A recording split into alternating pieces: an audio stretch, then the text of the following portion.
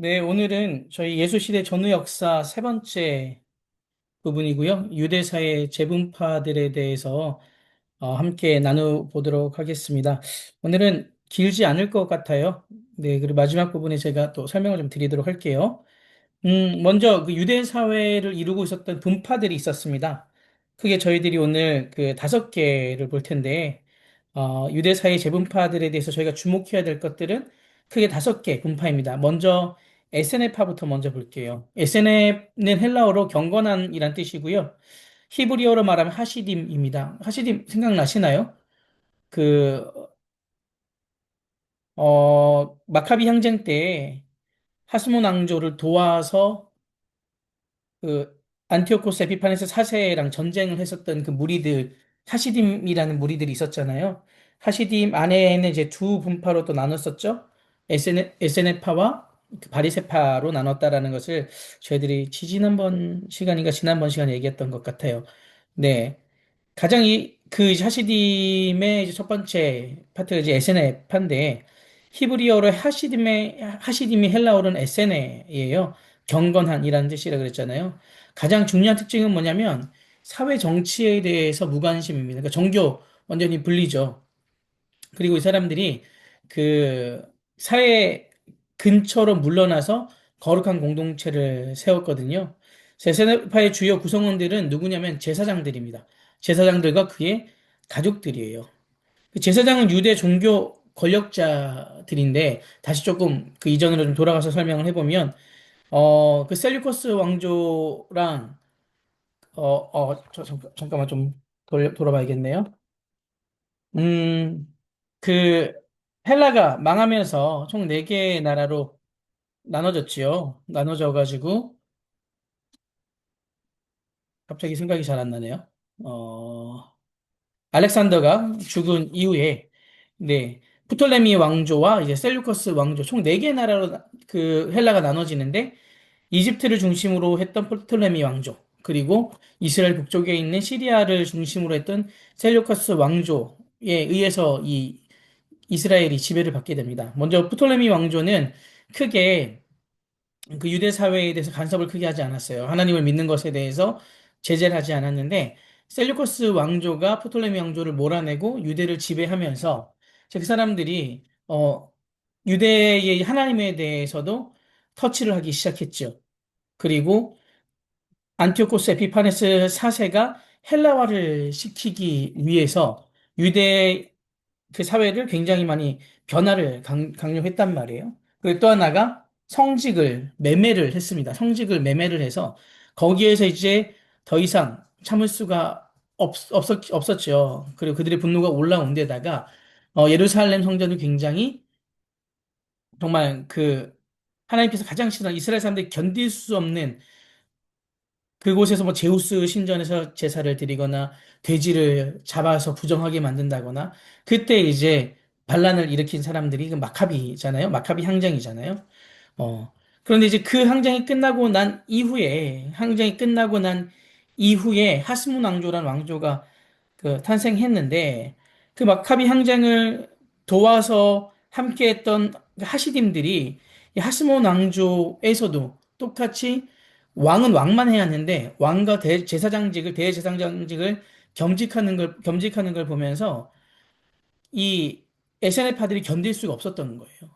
그래서 이제 그들과의 관계를 절연을 선언하고 그리고 사회로 자기는 물러나서 공동체 생활을 하는 것입니다. 이 공동체를 하나 세우는데 그것이 바로 SNF파예요. 그래서 하시림 중에 그 비레위인으로 구성되어 있는 경건한 생활을 했던 사람들이 바리새파고요.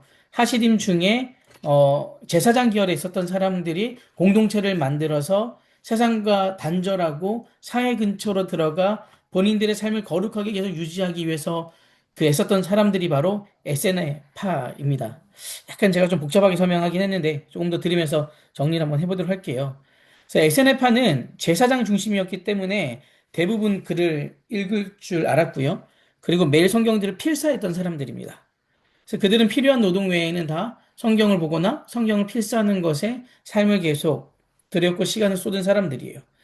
그리고 이들이 생활한 곳이 사해 근처잖아요. 사해 가보신 분들은 알겠지만 굉장히 척박한 땅이죠. 그래서 최소한의 음식만 먹고 금욕적인 삶을 살았습니다. 주후 66년에 발발한 그 유대 전쟁에서 로마 군인들이 에세네파가 거주하던 사해 지역을 공격했거든요. 그래서 그때 이 에세네파의 사람들이 필사했던 이 성경들을 다 동굴에 숨겨놨어요. 동굴 깊은 곳들에 숨겨놨어요. 그래서 그 이스라엘 성지 여행 다녀오신 분들은 그 사해사분 발견한 그 동굴들을 뭐 멀리서라도 보셨을 텐데 그때 숨겨둔 성경 사본들이 1947년에 한 목동에 의해서 발견이 됩니다. 뭐 거의 2000년 가까이 시간 동안 그 사해에 있는 동굴에 그들이 필사했던 성경들이 간직해 있었던 거예요. 어떻게 발견됐냐면 양이나 염소를 칠 때 짐승들이 동굴 안으로 들어갈 때가 있거든요. 그 동굴 안에 들어가게 되면 목자가 쉽게 따라 들어가지 못해요. 왜냐면 동굴 안에 맹수가 있을지도 모르기 때문에 어, 위험에 처할 수 있잖아요. 그래서 양이나 염소가 깊은 동굴 안으로 들어가면 일단 먼저 짐승의 이름을 부른다고 해요.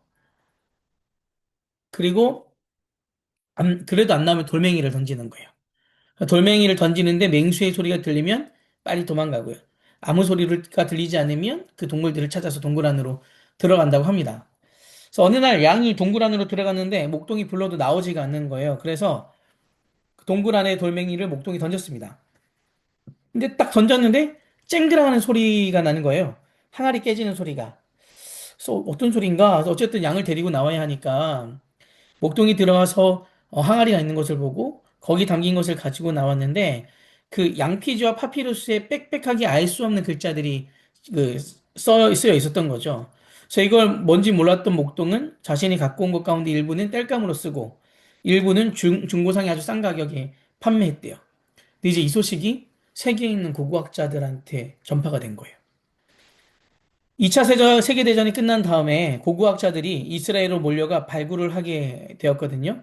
왜냐하면 그 땅에서는 뭐 하나 발굴만 되면 그냥 그 가격은 상상 초월입니다. 제가 만약에 이 파피루스 그 사해사본의 그 이사야서나 이런 거 한 조각만 갖고 있어도 저는 뭐 엄청 부자가 될 거예요. 그러니까 예를 들면 뭐 10세기 다윗 시대나 히스기야 시대 유물 하나라도 발견하게 되면 로또 이상입니다. 그래서 많은 고고학자들이 이스라엘 땅에서 발굴 작업을 하고 있었는데 어떤 목동이 중고상에서 무엇을 팔았다라는 거 알 수 없는 글자가 있는 종이를 팔았다는 게 소문이 난 거예요. 그래서 가서 보니 주전 2세기부터 주 1세기까지 고대 필사본이 있었습니다. 1900년 동안 보관되어 온 거죠. 그래서 이것을 어디에서 발견했는가를 수소문한 끝에 사해 근처에서 14개 동굴에서 2만 개 이상의 사본을 수집하게 됩니다. 진짜 놀라운 일이죠. 근데 정말 놀라운 것은 2000년이 지났는데도 보관 상태가 좋았다는 거예요. 왜 그러냐면 이스라엘 날씨가 되게 덥잖아요. 그리고 건조하고 습도가 되게 낮습니다. 그래서 보관 상태가 굉장히 좋았다라는 거죠. 그래서 이것이 사해 근처에서 발견됐다라고 해서 사해 사본이라고 불립니다. 지금 신학자들이 사해에서 발견된 이 사본을 지금도 많이 연구하고 있죠.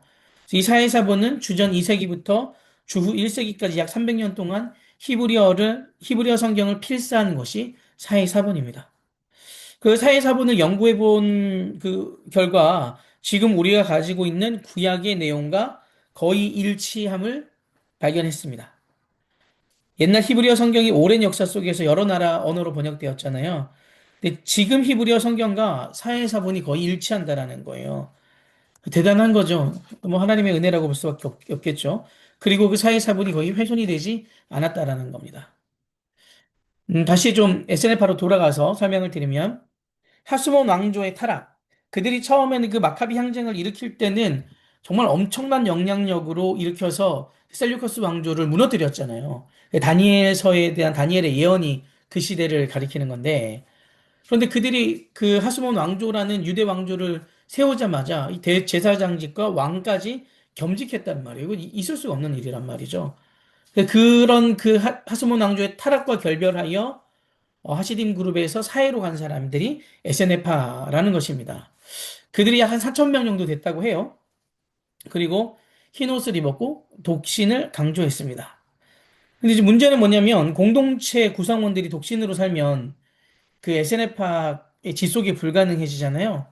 그래서 이제 자녀를 위해 결혼을 허락하기는 했는데 뭐 대부분 양자를 데려다가 길렀다고 합니다. 특별히 그 제사장 집안의 고아들을 입양해가지고 양자로 양육했다고 합니다. 왜냐하면 SNF파 구성원들이 대부분 다 제사장 그 집안들이라 얘기했잖아요. 당시에는 이제 아버지가 없는 사람들을 고아라고 불렀다고 하고요. 그래서 아버지가 제사장이면 당연히 아들도 제사장이 되는 거잖아요. 예. 아버지가 일찍 죽은 제사장 가문의 고아를 데려다가 양자로 키웠다라고 해요. 그 계속해서 유지하기 위해서 그랬다라고 합니다. 그래서 이제 신학자들은 세례 요한이 SNF파에서 그렇게 양육되었을 가능성이 많다라고 봅니다. 그 세례 요한의 아버지는 사가랴잖아요. 사가랴도 나이가 많았고 어머니인 엘리사벳도 나이가 많았습니다. 어, 누가복음 1장 80절에 보면 세례 요한이 이스라엘에게 나타나는 날까지 빈들에 있으리라 이런 말이 나오죠. 여기서 이제 빈들을 학자들은 SNF파가 거주하던 사회라고 보고 있는 거고요. 그러니까 세례 요한이 나이가 많은 아버지가 죽은 다음에 사가랴 제사장이었죠. 죽은 다음에 에세네파에 입양이 되어서 에세네파의 공동체에서 생활한 것이 아닐까라고 추측을 많이 하는 것입니다. 그리고 또 그 중에 하나가 세례 요한 금욕주의자였잖아요. 그리고 그가 메뚜기와 석청을 먹었죠. 그리고 세례를 베풀었죠. 그 에세네파가 정결 예식을 되게 중요하게 여겼단 말이죠. 그리고 에세네파 회원이 되려면 3년 견습 기간을 거쳐야 된다고 해요. 이 과정이 굉장히 엄격했어요. 그래서 많이 탈락했던 이유 중에 하나가 그 정결법 때문인데, 세례요한이 그렇게 살았잖아요. 뭐, 이런 것들을 종합해 봤을 때, 왜 세례요한이 광야로 갔을까? 그리고 또 하나는, 왜 세례요한이 메뚜기의 속청을 먹었을까? 그가 SNF였을 가능성이 많은데, 사가랴와 엘리사벳이라는 거기 부모에서 태어난 것은 맞거든요. 성경이 그렇게 기록되어 있으니까. 그런데 이제 이 워낙 고령이었기 때문에 일찍 죽고 나서 SNF에서 그를 양자로 받아들여지 않았을까라는 게 이 신학자들이 어, 뭐 정설까지는 아니지만 많이 그렇게 분석하기도 하고요. 그리고 상당히 개연성이 있다라고 봅니다. 또 하나는 SNF가 전부 다 사해에만 거주했던 건 아니에요. 도시에도 그 제가 SNF가 있었고요. 그들은 수도원적인 공동체 생활은 하지는 않았지만 도시에서 SNF의 정체성을 가지고 살았습니다. 학자들은 예루살렘 안에도 그 제가 SNF가 SNF 거주지가 있다라고 보고요. 뭐, 그 중에 하나가 그 마가의 다락방. 예. 거기도 이제 SNF에 속했던 사람이 살고 있었던 그 마가의 다락방이 그 역할을 하지 않았나라는 얘기들도 있습니다. 네, 이제 SNF에 대한 설명이었습니다. 그리고 바리새파 좀 보도록 할게요. 두 번째 그룹은 바리새파예요. 바리새라는 말은 구별된이라는 뜻입니다. 바리새파도 그렇고 SNF파도 그렇고 이 사람들을 한 그룹으로 묶는 단어가 하시딤이라 그랬잖아요. 그런데 이제 차이는 SNF파는 제사장 그룹이고 바리새인들은 비레위인, 뭐, 제가 좋아하는 표현은 아니지만, 평신도 그룹이라는 겁니다. 어, 바리새파는 구별된 자들의 모임이라는 뜻이에요. 정치적으로 정교 분리의 입장을 가지고 있었습니다. 그러니까 자신들의 신앙만 터치하지 않으면 정치에 대해서 무관심했어요. 그래서 그들은 정치는 정치고 종교는 종교라는 입장을 견지했습니다. 이 사람들은 민족주의적인 성향이 굉장히 강했어요. 하시딤 가운데 그 율법의 생활화를 강조했던 그룹이에요. 율법의 생활화 굉장히 중요하고 되게 좋은 표현이에요. 저희도 마찬가지로 그리스도인들로서 우리들의 삶이 예배자가 되어야 된다라는 얘기를 하잖아요. 그거를 철저히 지켜냈던 사람들이 바리새파 사람들이었습니다. 외형적으로. 네. 중요한 것은 이 바리새파는 평신도 신앙 공동체였다라는 거. 비레위인이라는 얘기죠. 당연히 비레위인이기 때문에 백성들에게 11조를 받을 수가 없고 그것으로 인하여 이 사람들은 자기들의 생계를 유지하는 직업을 갖고 있었습니다. 그리고 이 사람들은 그 평신도들이었기 때문에 제사장들이었던 사두개파나 SNF파가 바리새인들이 약간 기본적으로 자기네들보다 좀 아래라고 하대한 경향이 있었다고 합니다. 바리새인들은 초기에는 율법의 생활화를 통한 그 반헬레니즘의 지도자 역할을 했어요. 그러니까 유대가 헬라화되는 것에 대해서 굉장히 반대하는 그 지도자 역할을 했다라는 뜻입니다. 그것으로 인하여 하스몬 왕조는 처음에는 그 셀류커스 왕조의 엄청난 반기를 들어서 전쟁을 해서 유대의 왕조가 세워졌잖아요. 그들의 시작은 참 너무나 훌륭했다라 그랬잖아요. 그런데 그 어, 왕권을 잡자마자 대제사장과 왕권을 같이 가지려고 그랬고, 그리고 그 이후에 그것을 유지하기 위해서 그 헬라화에 대해서 적극적으로 참여했던 왕들이 있었단 말이에요. 그러니까 이제 그것을 통해서 엄청나게 반대를 하고 반대 입장에 섰던 사람들이 바리새파예요. 그래서 많은 박해를 받았기도 했습니다. 그러다 시간이 지나면서 살로메 여왕이 본인 이제 남편이 죽으면서 유언을 했잖아요. 바리새인들과 가까이 지내라라고 얘기했단 말이에요. 그래서 타협을 하면서 그 바리새파 사람들을 산에 들린 회원으로 받아들입니다. 그 이제 유대 종교 지도자 그룹으로 그들을 들어오게 하고 지금으로 말하면 국회거든요. 이때부터 바리새파가 조금씩 변해서 지배자의 모습으로 군림하기 시작합니다. 예수님 당시에는 백성들의 율법 체제로 올가매는 부정적인 역할을 한 것처럼 보이잖아요. 그러니까 복음서를 보면 예수님과 바리새인들이 충돌을 많이 하기 때문에 아주 나쁜 그룹이라고 생각하는 경향들이 있어요. 그런데 당시 이스라엘에서 가장 존경받던 그 그룹이 바로 바리새인들입니다. 생각해 보세요. 이 사람들은 그 비레위인들이라 그랬잖아요. 평신도예요. 그런데 종교적인 열망이 얼마나 강하면 대단하냐면 비레위인임에도 불구하고 율법을 연구하고 실천하는 일에 자기들의 인생을 전부 다 바친 사람들입니다. 그리고 율법에 어긋나는 무엇인가를 요구받았을 때는 목숨을 내어놓고 저항했습니다. 그래서 이 사람들이 보기에 예수님은 율법을 거스르는 사람이고 선동하는 사람인 거예요. 그렇기 때문에 반유대적인 생각, 반율법적인 생각을 갖고 있었던 사람이라고 판단을 해서 죽인 거죠. 그 헤로당이 통치할 때도 엄청나게 많은 바리새인들이 죽었습니다. 그리고 아켈라오, 본디오 빌라도에 의해서도 많이 학살당했어요. 그래서 유대인들 관점에서 보기에는 이 바리새인들은 굉장히 칭찬받을 만한 사람들이었고 훌륭한 사람들이었습니다. 대단한 사람들이라고 인식이 되었단 말이죠. 율법의 말씀을 지키기 위해서 하나님께 순종하기 위해서 자신의 목숨조차 아끼지 않은 그 사람들은 당연히 유대 사회에서 존경받기에 합당한 사람들이었다라는 겁니다. 그런데 당시 그런 바리새인들을 정면에서 아주 가감없이 비판했던 유일한 분이 바로 예수님이셨어요. 예수님이 바리새인과 자주 충돌하는 것으로 인해 많은 유대인들이 그 바리새인들을 싫어했다라고 생각하시면 안 됩니다. 그렇지 않습니다. 존경했고요. 그런데 예수님은 왜 그랬냐? 그들의 속마음을 보신 거잖아요. 속마음을 보시고 그들을 비판한 겁니다. 그들의 형식적인 열심을 칭찬하기보다는 그 형식적인 거에 넘어서 존경받고 싶어 하는 거, 드러내고 하고 싶어 하는 거, 인정받고 싶어 하는 그 마음을 비판한 거예요.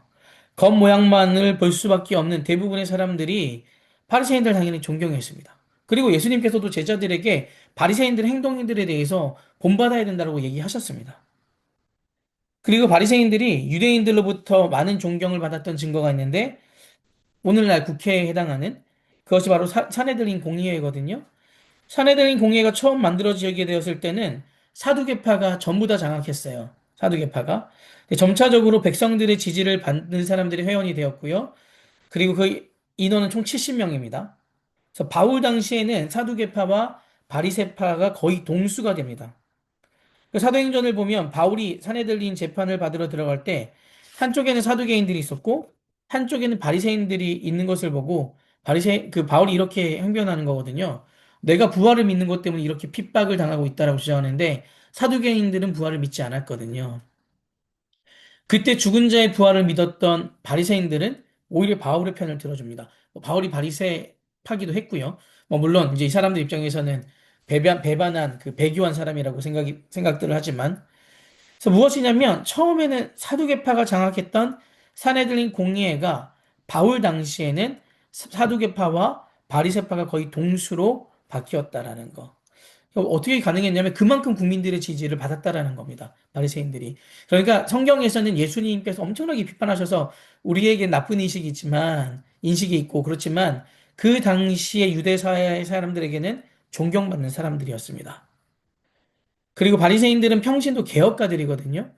13개 항으로 된 방대한 생활 규제법을 제정하여서 백성들이 이것을 지킬 것을 강조했어요. 지금도 지키고 있잖아요. 지금도. 그래서 막 그 사람들 안식일 되면 뭐 엘리베이터 버튼도 안 누른다고 그러잖아요. 바리새인들은 한 6천 명 정도 됐다 그러고요. 각지 회당을 중심으로 활동했습니다. 그때 말씀드렸죠. 예루살렘 성전, 그 바리새인들은 성전에서 그 레위인들이 아니기 때문에 제사장들이 아니기 때문에 성전에서 어떤 것도 할 수 없다 그랬죠. 그래서 그들이 성경을 강론하고 가르치고 그리고 뭐 토론할 수 있었던 곳을 세웠는데 각지에 그 회당이라라고 얘기했었죠. 이것은 이제 바리새인뿐만 아니라 이전 그 포로로 잡혀간 이후에 포로기에 왔던 사람들이 제사 중심의 이스라엘에서 말씀 중심의 이스라엘로 바뀌면서 포로 귀환을 하지 않은 사람들이 회당을 세우기 시작했다는 거. 그리고 이것이 그 전통이 계속 이어져서 바리새인들이 그 회당에서 활동하면서 말씀을 가르치고 연구하고 그리고 토론했다라는 것입니다. 그래서 전국 각지의 회당을 중심으로 활동했습니다. 제사장들을 중심으로 한 이것도 재밌는 에피소드인데 사두개파와 에세네파는 성경에서도 그 모세 오경을 중요시했습니다. 그럴 수밖에 없는 게 제사장과 레인이 자신을 옹호하기에 가장 좋은 책은 당연히 그 모세오경이겠죠. 출애굽기와 레위기지 않겠습니까? 출애굽기와 레위기를 보면 제사장 위임식의 내용들, 제사장 복장에 관한 내용들, 제사에 관한 내용들이 나오잖아요. 이거 누가 할 수 있어요? 제사장들이 할 수 있는 거죠. 모세오경을 보면 하나님이 이스라엘 12지파 가운데 그 성전 일을 맡기는 일을 누구를 선택하나요? 레위 지파잖아요. 그리고 레위 지파 중에서도 아론의 집안입니다. 그래서 제사장들이 자기들을 가장 옹호하기 좋은 성경이 모세오경이에요. 근데 반대로 바리새인들은 그러면 어떤 성경을 가장 좋아할까요? 네, 예언서를 좋아합니다. 왜 예언서를 좋아하냐면 그 예언서에는 그 성전에 대한 그리고 그 당시 종교 지도자들에 대한 비판도 나오죠. 그래서 바리새인들 입장에서는 본인들이 제사장 그룹이 아니기 때문에 예언서를 좋아할 수밖에 없고요. 본인들이 스스로 선지자와 같은 사람들이다라고 생각을 했던 것 같습니다. 그래서 당연히 바리새파도 토라, 모세오경을 중요하게 생각하지만 예언서도 중시하고 성문서도 중시하고 구전들로 전해지는 말씀들을 중시했습니다. 이 구전으로 전달되는 말씀을 복음서에서는 장로들의 유전이라고 얘기하기도 합니다. 이처럼 하나님의 말씀의 범위에 대해 이 사두개파와 바리새파는 완전히 다른 입장을 가지고 있었습니다. 네, 첫 번째 에스네파에 대해서 얘기했고요. 이제 두 번째는 제가 바리새파에 대해서 얘기를 나눴습니다. 세 번째는 열심당이에요. 사두개파는 다음에 나올 거고요. 열심당. 네, 저희들이 뭐 이렇게 익숙하지 않지만 세 번째 그룹은 열심당입니다. 그래서 열심당을 젤로당이라고 부르기도 해요. 정치적으로는 로마에 저항했던 독립운동가들입니다. 그룹들마다 특징들이 있죠. 에세나파가 정치적으로 무관심했다면 바리세파는 그 정교 분리의 입장을 내세우긴 했지만 나중에는 그들과 그래도 연합하기는 했죠. 그리고 열심당은 정치적인 저항의 모습을 드러냈습니다. 그리고 마지막으로 그 사두개파는 그냥 완전히 정치와 일치됐었어요. 정치적인 결탁의 입장을 드러낸 네 그룹이 사두개파거든요. 그러니까 로마 식민 지배 하에서 이스라엘의 독립을 힘으로 쟁취하고자 했던 그룹이 열심당입니다. 우리로 말하면 의열단이나 애국단이나 같은 무장 독립 그런 운동을 했던 그룹이라고 보면 됩니다. 그들과 같은 사람들이 바로 열심당입니다. 열심당 운동은 주후 6년 로마에 대한 세금 불납 운동으로 출발하게 됐다고 해요. 그 열심당 운동의 지도자는 갈릴리 사람 유다였습니다. 지도자가 갈릴리 사람 유다. 열심당 본부가 갈릴리에 있었기 때문에 갈릴리 지역에 열심당원들이 많았습니다. 그래서 재밌는 것은 이 열심당원들을 모을 때 구호가 무엇이었냐면 십자가를 지자였어요. 십자가를 지자. 열심당이 신입회원을 모집할 때 예수님의 제자들을 모집할 때 사용했던 구호와 거의 유사합니다. 당시 십자가는 그 십자가형을 받는 사람들은 로마에 저항했던 무장 독립 운동가를 처형했던 도구가 십자가였습니다. 그래서 이제 예수님을 이렇게 무장 세력이라고 열심당 운동을 한 사람이라고 오해했을 가능성도 많다고 합니다. 지금 이제 제가 말씀드리는 건 어떤 이 신약 시대 배경에 대해서 말씀드리는 거예요. 신약 그 시대 배경에 대해서. 앞에서 살펴본 SNF도 예수님과 공통점이 있었는데 예수님과 SNF의 공동점은 예루살렘 성전을 강도의 소굴로 보았다라는 거. 이것이 예수님과 SNF의 공동점이거든요. SNF가 출연한 게 그 성직을 매매해서 예루살렘 성전이 타락했을 때 SNF가 하시림에서 분리돼서 나왔다 그랬잖아요. SNF는 타락한 예루살렘 성전에 드려지는 예배는 하나님께서 받지 않으신다라고 주장했어요. 그런데 어느 날 예수님께서 성전을 가셔서 상을 뒤집어 엎으시고 막 채찍을 만들어 휘두르시고 성전 안에서 장사하는 사람들을 몰아내셨잖아요. 예수님께서 행하신 일을 듣게 되었을 때 에스네파가 정말 진정한 지도자가 나타났다, 메시아가 왔구나라고 느꼈을 거라고요. 그런데 어느 날 갑자기 예수님에 대해서 이런 얘기를 듣게 됩니다. 어, 예수님이 세리와 죄인들하고 식사를 하고 있다라는 거예요. 사마리아 여인과 대낮에 우물가에서 대화를 나눴다라는 이야기. 에스네파랑 완전히 다른 얘기거든요. 이 사람들은 그 정결에 목숨을 건 사람들이잖아요. 그들은 세리와 죄인들과 식사가 아니라 말도 섞지 않았습니다. 복음서 보시면 예수님은 바리새파 중에서 니고데모 같은 사람들과 아주 가까웠어요. 죽은 자의 부활을 믿고 죽음 이후에 하나님의 심판을 믿는다는 것에 있어서 또 예수님과 바리새파가 일치하는 모습이 있었다고요. 먼저 에스네파 얘기를 잠깐 다시 정리하자면 성전을 뒤엎는 거 보고 그 에스네파 사람들은 진정한 메시아구나 라고 생각을 했단 말이죠. 본인들과 생각이 결을 같이 하는 사람들이라고. 그런데 이후에 보니 아니 저 죄인들 중에 죄인이 세리와 죄인들이랑 식사를 같이 한다고? 그리고 그 피가 섞여 있는 사마리아 사람들 정결하지 않은 사마리아 그 여인과의 대화를 듣게 되는 거죠. 가 이상한 거예요. 에스네파에서는 에스네파가 보기에는. 그리고 이제 바리새인들도 보면 일치하는 부분이 있거든요. 어, 그 부활에 대해서 예수님께서 계속 얘기하고 죽음 이후에 하나님의 심판을 얘기하는 거. 그러니까 바리새인들도 당연히 엄청난 호감을 갖게 되겠죠. 그런데 본인들이 중요시하는 율법을 계속 완전히 뭉개버리는 모습을 보인단 말이죠. 이 사람 어떻게 된 사람이지? 네. 열심당은 앞에서 이야기한 것처럼 제자들을 모집할 때 십자가를 지자라는 구호가 예수님이 제자를 모집할 때와도 너무 비슷했던 거예요. 공교롭게도 예수님 그 십자가에 달리실 때 좌우에 누가 달렸나요? 강도가 달렸잖아요. 여기서 강도는, 이것도 좀 논란이 있는 부분이긴 한데, 우리가 생각하는 그런 강도가 아닐 수도 있습니다. 그 돈을 강탈하는 강도가. 복음서에 나오는 강도는 헬라어로 레스타이라는 단어인데, 열심당원을 뜻하는 단어거든요, 레스타이가. 이스라엘 백성들 입장에서는 독립운동가입니다. 이 열심당원들. 안중근 의사가 이토 히로부미를 죽였을 때 일본 신문에서는 안중근을 테러리스트로 규정했잖아요. 우리는 어떻게 규정해요? 독립운동가죠. 의사죠. 일본인들의 앞에서는 그냥 테러리스트일 뿐입니다. 열심당이 그랬거든요. 이스라엘 입장에서는 독립운동가인데 로마 입장에서는 테러리스트들이고 반역자들입니다. 이들을 로마는 강도라고 불렀다고 합니다. 그래서 예수님 좌우에 있었던 그 강도들이 일반 잡범이 아니라 이 열심당원일 가능성도 많이 있습니다. 그리고 아까도 말씀드렸지만 십자가 처형은 로마에 그 저항하는 사람들을 죽였던 도구라 그랬잖아요. 로마에. 그러니까 당연히 그냥 강도 잡범들은 십자가에 달릴 자격이 없었겠죠.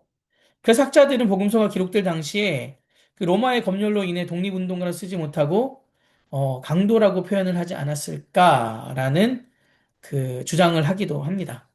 뭐 사실은 다 확실하게 저희가 알 수는 없어요. 그렇죠? 그런데 이제 이런 배경도 있을 수 있다라는 것을 저희들이 알면 좋을 것 같습니다. 그리고 또 주목해야 될 것은 예수님 제자 중에서 한 명 또는 두 명이 열심당 출신입니다. 그 설명돼 있잖아요. 예수님 제자들 쭉 얘기할 때 젤롯당 출신의 시몬이라는 사람이 있었어요. 어, 젤롯당이 주로 했던 일 가운데 하나가 민족 배반자와 매국노를 암살하는 것이거든요. 그 영순위가 누구였냐면 세리라 그랬잖아요. 세리들. 로마 제국과 손 맞잡고 이스라엘 백성들의 재산을 강탈했던 사람들이 세리입니다. 근데 재밌는 것은 뭐예요? 예수님 제자 중에 세리 마태도 있고 그 세리들을 암살하고자 했던 열심당원 시몬도 있었다라는 겁니다. 이것이 예수 제자 공동체의 가장 중요한 특징입니다. 세리도 있었고 그 세리들을 제거하려고 하는 열심당원도 있었고 어 이제 이것이 가장 예수 공동체의 중요한 특징이라는 것을 알아주시면 좋을 것 같고요. 열심당은 66년부터 있었던 그 유대 전쟁에 대해서 얘기했잖아요. 유대 전쟁 그 마지막으로 티토스 황제가 그 유대를 마지막 쓸어버렸을 때 있었던 유대 전쟁. 그때 전쟁의 핵심 세력이 그 젤로당 열심당원이었습니다. 그러니까 예수님의 제자 그룹 안에 세리도 있었고, 그리고 그 열심당원도 있었고, 어부도 있었고, 다양한 사람들이 있었단 말이에요.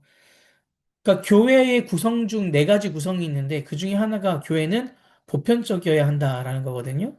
그래서 이것이 이제 라틴어로는 카톨릭이 이 보편적인 것인데 이란다는데 그래서 저희들이 이제 천주교를 얘기할 때 사실은 카톨릭이란 단어만 쓰면 안 되고요.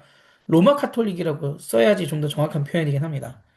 아무튼 교회의 보편성 이것은 누구나 올 수 있어야 되는 곳이라는 거예요. 교회는 가난한 자, 부자, 뭐 연약한 자, 강한 자 모든 사람들이 교회 안에서는 하나님 안에서는 똑같아라는 것들을 저희들이 기억할 수 있는 바로 대목이 예수님의 제자들 구성이 아닐까라고 생각을 하고요. 그래서 한때 그 2000년 초반에 그 우리나라의 그 찬양이 엄청나게 막 보급되었던 시기가 있어요. 있었는데 그리고 우리나라에 그때 막 굴지의 찬양팀들이 많이 생겨났거든요. 지금도 활동하고 있는 그 팀들이. 근데 그 팀들이 대부분 그 외국곡을 번안해서 썼는데 미국에 있는 호산나 인티그리티라는 아주 큰 그 단체가 있거든요. 거기에서 쓴 곡들을 거의 번안해서 가지고 왔습니다. 근데 이제 그때 호산나 인티그리티의 가장 그 주도하는 그 탁월한 찬양 인도자 두 명 있었거든요. 한 사람은 돈 모엔이라는 백인이고요. 한 사람은 롱캐놀리라는 흑인이에요. 근데 저 정말 이 두 분의 그 음악을 많이 들으면서 20대 초중반을 보냈던 기억이 있는데 하여튼 뭐 앨범 나오기만 하면 계속해서 사고 그랬었으니까요. 근데 이분들이 호사나 인티그리티가 2000년 초반에 한국에 와서 많이 집회를 했어요. 여의도에서 통일고시 콘서트도 하고 뭐 저쪽 판문 저기 어디야 그 저희 문산 저기 통일공원에서도 그 집회하기도 하고 뭐 온누리 교회 그 대형 교회 큰 교회들에서 많이 초청을 해가지고 왔었단 말이에요.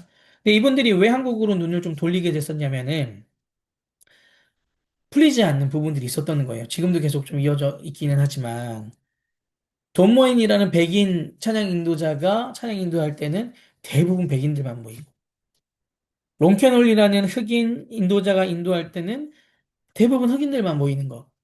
그러니까 이게 참 정말 해결하려고 많은 노력을 했는데도 잘 안 됐다라는 거죠.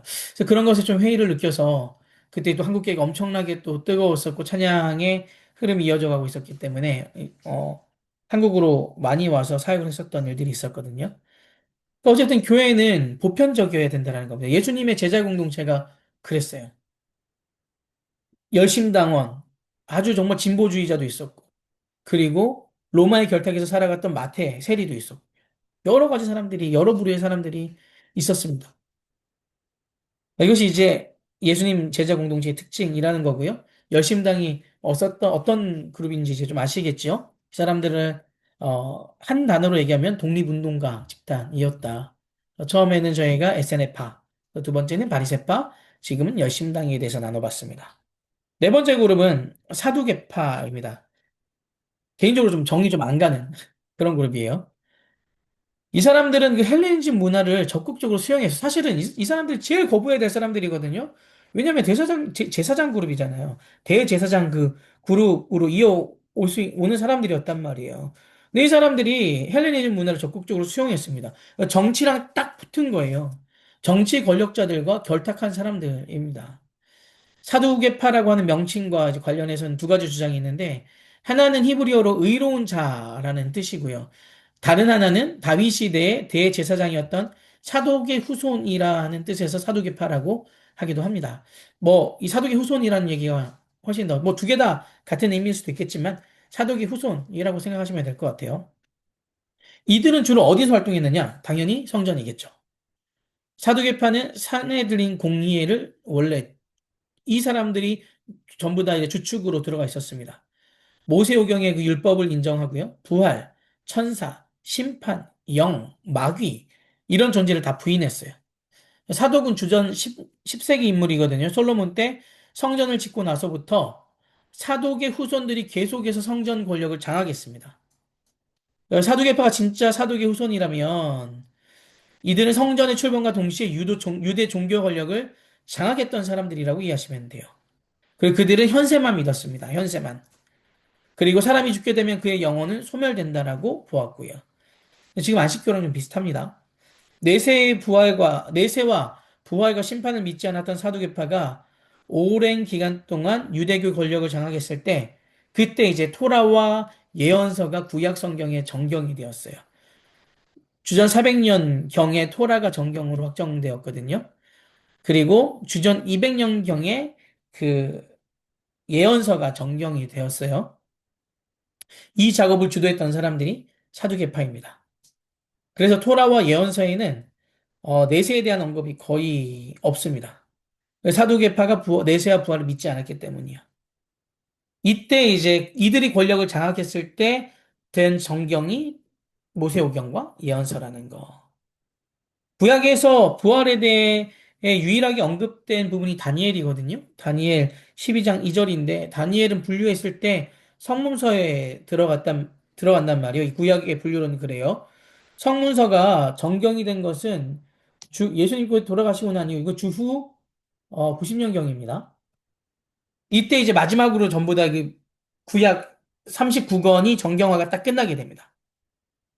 주후 70년에 예루살렘 성전이 무너지면서 성전이 무너졌으니 어떤 세력이 무너졌을까요? 당연히 사두개파가 몰락하게 됩니다. 그래서 유대교 중심 권력을 사두개파에서 바리새파가 차지하게 돼요. 그리고 이 바리새파가 그 AD 주후 90년에 성문서를 정경으로 확정합니다. 바리새파는 부활을 믿었다 그랬잖아요. 내세를 믿었고요. 그래서 그 바리새파가 인정했던 다니엘 12장 2절 부활과 심판에 대한 그 이야기, 그것을 정경으로 그 성문서를 정경으로 받아들일 수 있게 된 그 근본적인 이유가 바로 바리새파가 유대 사회의 종교의 지도력을 이어받았기 때문입니다. 왜 구약에선 부활과 내세와 심판에 대한 언급이 나오지 않을까요? 그 이유는 구약시대 유대 종교 권력을 장악했던 사람들이 사두개파였기 때문에 구약에 그 부활이나 내세에 대한 이야기가 별로 나오지 않는다라는 겁니다. 사두개파는 교리적으로 부활과 내세와 심판을 믿지 않았기 때문이에요. 그래서 이제 구약 성경에는 이 심판에 대한 얘기가 별로 안 나오고요. 그런데 그 심판에 대해서 유일하게 나오는 부분이, 그러니까 그 부활과 내세와 심판에 대해서 나오는 본문이 다니엘인데, 이 다니엘은 가장 마지막에 정경으로 들어가게 되었고, 그것은 AD 90년경. 왜 들어갈 수 있게 되었느냐? 그 당시의 종교 권력은 바리새, 그, 사두개파가 아니라 바리새파가 잡고 있었기 때문에 이 부활에 대한 부분이 정경으로 들어갈 수 있게 된 것입니다. 그러니까 사두개파에 대해서 기억해야 될 것은 이 사람들은 사도계 후계자들, 후손들이고 성전 중심으로 일했고 그 당시 종교 권력을 가장 강력하게 잡고 있었던 사람들이고 그리고 헬라 정책을 옹호했었던 사람들, 정치와 딱 붙어서 자기 기득권을 유지하려고 했었던 사람들. 네, 그 사람들이 사내들인 공의회를 주축을 이루고 있었으나 예루살렘 성전이 무너지게 된 이후에 그들이 일할 곳이 없어지게 되었고 그러다 보니 그 당시 유대의 지도자들이 사두개파에서 바리새파로 넘어가게 됐다라는 겁니다. 바리새파 사람들이 대단한 사람들이죠. 네. 그리고 바리새파 사람들이 마지막으로 그 부활에 담겨 있는 다니엘을 성문서를 정식 정경으로 인정하게 됨으로써 이 구약 39권이 정경화 작업이 끝나게 되었습니다.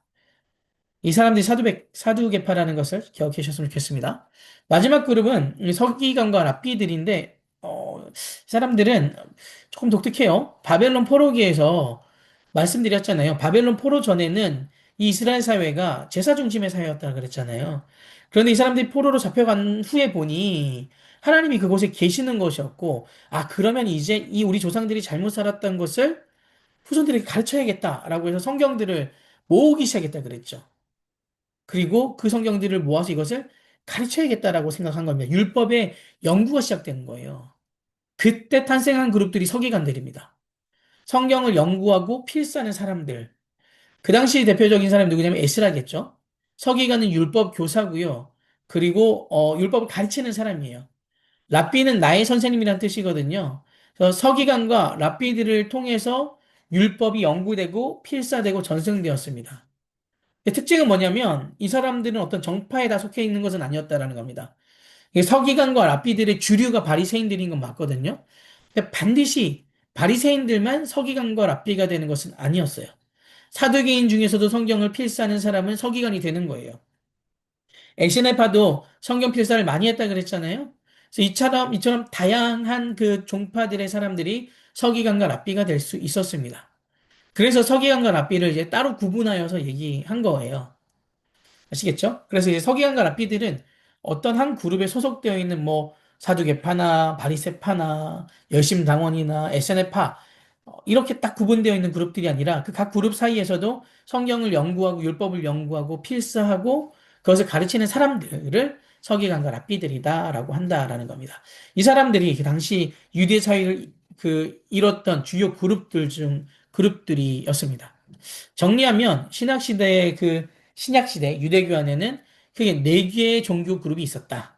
에세네파, 바리세파, 열심당, 사두개파.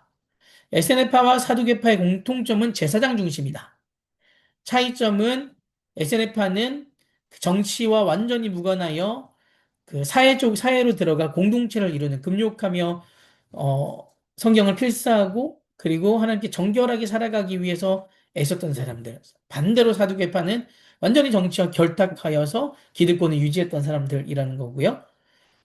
공통점은 제사장 그룹이었다라는 거. 반대로 바리새파는 비레위인 평신도 중심의 공동체 사람들이 세상을 변화시키고자 율법을 통하여 본인들이 깨끗하게 살면서 그것을 깨끗하게 정화시키고자 열심히 살았던 사람들, 그리고 성경을 가르치고 연구하고 했던 그 평신도 중심의 공동체라는 겁니다. 사두개파는 성전 중심으로 활동했던 사람들이고 바리새파 사람들은 지방에 있는 회당을 중심으로 사역했습니다. 70년에 예루살렘의 성전이 무너지게 되면서 사두개파는 몰락하게 되었고 그리고 그 이후로는 바리새파가 유대 종교 권력을 장악하게 됐다라는 거. 이 당시에 예수님 당시에 있었던 그 종파들을 이렇게 알아보았습니다. 그래서 오늘로 이것으로 이제 저희들 그 예수님 시대에 있었던 주요 전후 역사들 좀 어렵긴 했죠. 어렵긴 한데 다시 한번 좀 돌아보면서 어, 강의를 한번 다시 들어보셔도 괜찮을 것 같고요. 다시 한번 돌아보면서 한번 쭉 정리한 것들을 읽어보시면 조금 정리가 되지 않을까라는 생각이 됩니다. 이제 다음 주부터는 복음서 읽기에 들어갈 거고요. 복음서 읽기도 한 2주, 3주 정도 걸릴 것 같아요. 그리고 난 이후에 사도행전 굉장히 길거든요. 그래서 지금 좀 고민이 사도행전으로 들어갈지 아니면 사도행전을 가장 마지막에 계시록을 마치고 할지는 제가 좀 고민을 해보도록 하겠습니다. 아무튼 복음서 읽기가 마친 이후에 그때 이제 상황을 보고 어떻게 들어갈지 제가 좀 설명해 드리도록 하고 또 뭐 1, 2주 짧은 방학이 들어갈 수도 있을 것 같습니다. 이렇게 오늘 성경 공부 좀 마치도록 하겠습니다. 제가 기도하고 마무리할게요.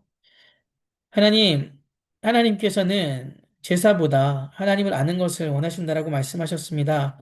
저희가 이 시간 좀 생소한 단어들, 그리고 배경 지식이 없는 부분들이 참 있지만, 그럼에도 불구하고 이 시간을 통하여 하나님을 더욱더 깊이 알아갈 수 있는 저희들 되게 하시고, 이 시간을 통하여 성경을 더욱더 풍성하게 볼 수 있는 눈을 허락하여 주시옵소서. 저희와 함께 하실 주님을 의지합니다. 우리 주 예수 그리스도 이름으로 기도합니다. 아멘. 네, 이렇게 마치도록 하겠습니다.